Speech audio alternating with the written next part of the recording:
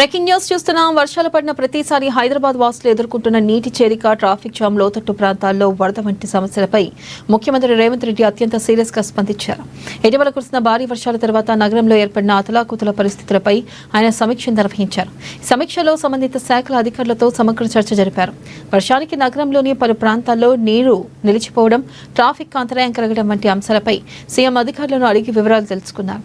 ఈ సమస్యల పరిష్కారానికి ప్రతిసారి చర్యలు చేపట్టడం కాకుండా శాశ్వత పరిష్కారంపై దృష్టి పెట్టాలని సూచించారు.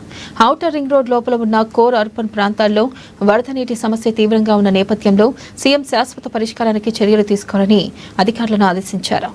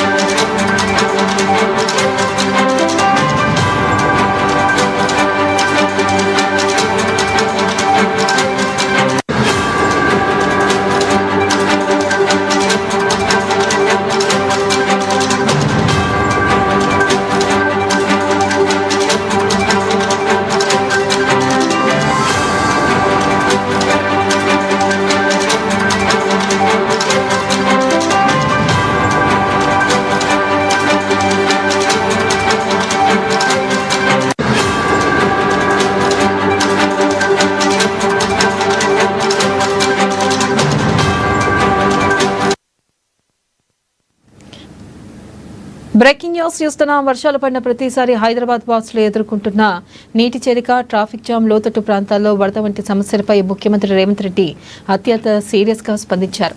ఇటీవల కురిసిన భారీ వర్షాల తర్వాత నగరంలో ఏర్పడిన అతలాకుతల పరిస్థితులపై ఆయన సమీక్ష నిర్వహించారు. ఈ సమీక్షలో సంబంధిత శాఖల అధికారులతో సమగ్ర చర్చ జరిపారు. వర్షానికి నగరంలోని పలు ప్రాంతాల్లో నీరు నిలిచిపోవడం, ట్రాఫిక్ అంతరాయం కలగడం వంటి అంశాలపై సీఎం అధికారులను అడిగి వివరాలు తెలుసుకున్నారు.